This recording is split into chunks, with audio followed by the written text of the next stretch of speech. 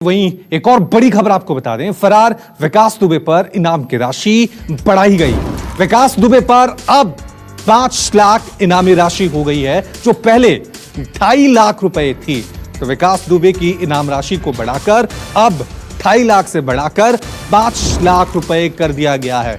पिछले 5 दिन से उत्तर प्रदेश की पुलिस की 40 टीमें विकास दुबे की तलाश कर रही हैं, लेकिन अभी तक विकास दुबे पुलिस की गिरफ्त से बाहर चला हुआ है। खबर शुरुआत में यह भी आई थी कि हो सकता है विकास दुबे हरियाणा या राजस्थान के जो बदमाश गैंग हैं उनसे संपर्क साधने की कोशिश कर रहा है ताकि वो वहां से फरार हो सके। अब खबर यह आई है कि विकास दुबे को पकड़ने के लिए जो इनाम राशि 2.5 लाख थी उसे बढ़ाकर अब 5 लाख रुपए कर दिया गया है।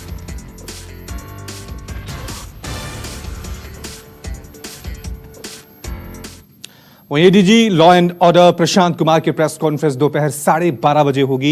ADG law and order press conference करेंगे। इस प्रेस कॉन्फ्रेंस में किस तरह की जानकारी दी जाएगी, क्या कुछ कहा जाएगा, क्योंकि अभी तक जो एनकाउंटर हुआ था कानपुर के विक्रू गांव में, उसमें 8 पुलिस वालों जो शहीद हुए थे, उसका मास्टरमाइंड विकास दुबे अब भी फरार चल रहा है।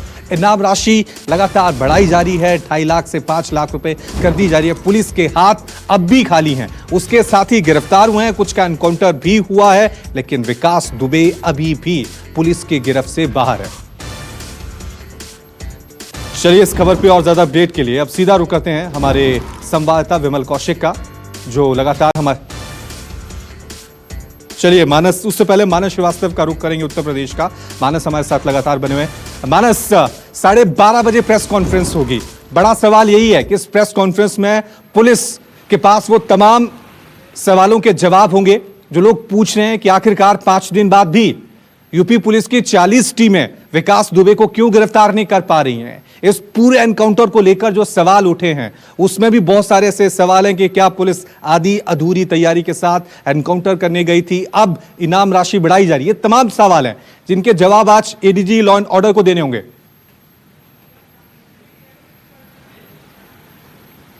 देखिए, निश्चित तौर पर सवालों के जवाब तो देने होंगे, लेकिन इन्वेस्टिगेशन का कोई भी पार्ट जो है वो एडीजी शेयर नहीं करेंगे, क्योंकि वो पहले भी स्पष्ट कर चुके हैं। और इन्वेस्टिगेशन से जुड़े हुए जो दूसरे अधिकारी हैं वो भी इन्वेस्टिगेशन से संबंधित कोई भी जानकारी मीडिया के साथ शेयर नहीं करेंगे।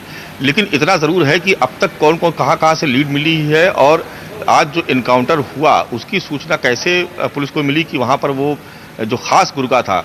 देखिए, जो आज जिसका इनकाउंटर हुआ है ये सबसे खास गुर्गा था और पहले नंबर का, विकास दुबे के बाद पहले नंबर का ये वांछित था उसके सहयोगियों में, और इसने फायरिंग की थी, इस पर इसने भी पुलिस वालों की हत्या की थी। इसलिए इसका आज इनकाउंटर एक बहुत महत्वपूर्ण है और पुलिस को ऐसा लगता है कि ये उसके लिए एक बहुत बड़ी कामयाबी है।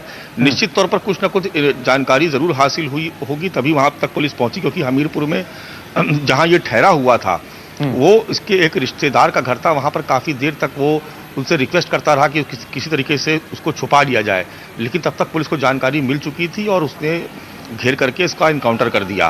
तो एक ये उपलब्धि तो पुलिस के खाते में गई। और दूसरा जो आज दूसरा इनकाउंटर हुआ शामू वाजपेयी, उससे भी कुछ जानकारियां मिली हैं।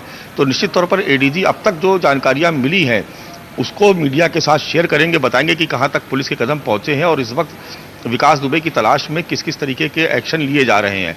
लेकिन जो भी इन्वेस्टिगेशन का पार्ट है, जो सर्च ऑपरेशन से जुड़ी हुई जो महत्वपूर्ण जानकारियां हैं वो गोपनीय रखी जाएंगी, उसको शेयर नहीं किया जाएगा। और मानस लगातार हम देख रहे हैं कि पुलिस जो है वो इनामी राशि को बढ़ा रही है। अब इनामी राशि 2.5 लाख से बढ़ाकर 5 लाख कर दी गई है। तो क्या यह माने कि पुलिस के पास अभी विकास दुबे को लेकर कोई खास तरह की कोई लीड हासिल नहीं भी हुई है, यही वजह है कि इनामी राशि बढ़ाई जा रही है बार बार?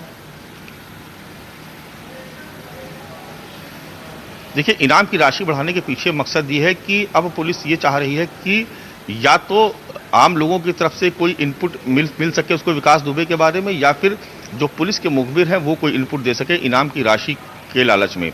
तो ये एक प्रैक्टिस है जो पहले भी होती रही है आमतौर पर बड़े अपराधों में, लेकिन जिस तरीके से लगातार एक दिन छोड़ करके इनाम की राशि बढ़ाई जा रही है तो उसके पीछे साफ साफ ये मकसद समझ में आता है कि पुलिस अब आम लोगों के बीच से ही कोई लीड चाहती है कि कहीं से कोई सुराग रशी हो जाए, कहीं से कोई सुराग मिल जाए, तो पुलिस आगे उसको घेर करके उसको पकड़ सके या उसको उसके अंजाम तक पहुंचा सके।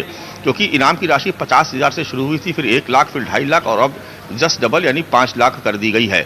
तो आप समझ सकते हैं कि उत्तर प्रदेश की पुलिस के लिए, उत्तर प्रदेश की सरकार के लिए कितना बड़ा चैलेंज है कि एक अपराधी जो कानपुर नगर और देहात के बीच के एक छोटे से गांव बिकरू गांव में रहता है, जिसका शायद कोई नाम भी नहीं जानता है, लेकिन वहां से शुरू होकर के उसने इतना बड़ा साम्राज्य आतंक का और अपराध का फैला दिया कि आज पुलिस को उसको पकड़ने के लिए नाकों चने चबाने पड़ रहे हैं। और आप समझ सकते हैं कि 40 टीमें उत्तर प्रदेश पुलिस की, इसके अलावा एसटीएफ और तमाम दूसरी जो इन्वेस्टिगेशन की एजेंसीज हैं वो उसके पीछे लगी हुई हैं, लेकिन विकास दुबे का कोई सुराग नहीं मिल पा रहा है। वो यहाँ से ये माना जा रहा है कि उत्तर प्रदेश की सीमा वो छोड़ चुका है। तो एक बड़ा सवाल ये भी खड़ा होगा कि उत्तर प्रदेश की सीमा वो कैसे, उत्तर प्रदेश की सीमा से कैसे बाहर निकल गया। कहीं ना कहीं पुलिस की ये भी एक बहुत बड़ी कमजोरी यहाँ पर सामने आई है। तो पुलिस के सामने चैलेंज बहुत बड़ा है, आक्रोश भी पुलिसकर्मियों के भीतर बहुत है, क्योंकि एक डिप्टी एसपी यानी सीओ समेत 8 पुलिसकर्मी शहीद हो गए, 7 जवान अभी भी घायल पड़े हुए हैं। तो इसलिए पुलिस के सामने एक बड़ी चुनौती है और एक बड़े रसूख का भी सवाल है कि अगर पुलिस को इस तरीके से साफ तौर से हत्या करके अगर भाग जाएंगे तो नजर बनाए रखें। आपसे हम अपडेट लेते रहेंगे। वाकई में यूपी पुलिस के लिए बड़ी चुनौती हो गई है, क्योंकि 5 दिन हो गए हैं और विकास दुबे अब भी यूपी पुलिस के गिरफ्त से बाहर है। नमस्कार, मैं हूं मानक गुप्ता।